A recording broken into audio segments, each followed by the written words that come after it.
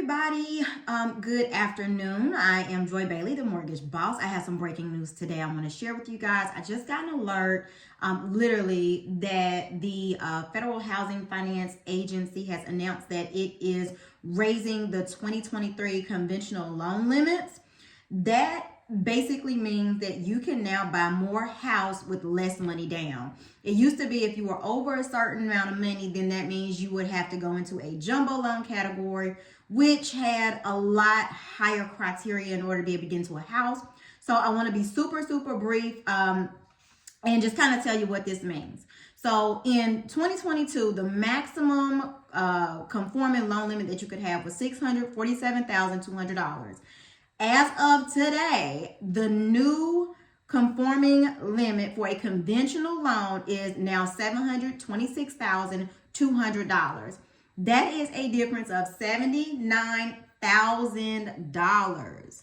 That is huge. So that basically means this. If you were to find a house for $748,000, you can now get into your $748,000 house for just about $22,500 down. That's it. That's all.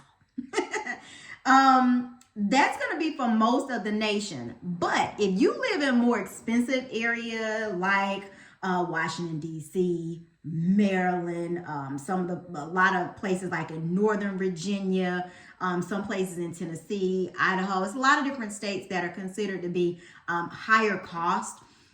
We have another segment for high balance loans, and they've adjusted those limits as well. So last year, if you lived in an area like that, and you know where you live, so you'll know if I'm talking to you. Last year, for 2022, the limit for high balance was $970,800. That has been increased as of today by $118,500 up to $1,089,300. That means if you find a house that is $1.12 million, a little bit of money, not a lot, you can get into your $1 million home for just about $33,000 down. That is a 3% down payment. So why is this a big deal? The difference between a conventional loan and a jumbo loan means for most of borrowers, you can get in for a 620 credit score. Whereas with a jumbo loan, they're going to probably require you to be closer to the 700 range. Big deal.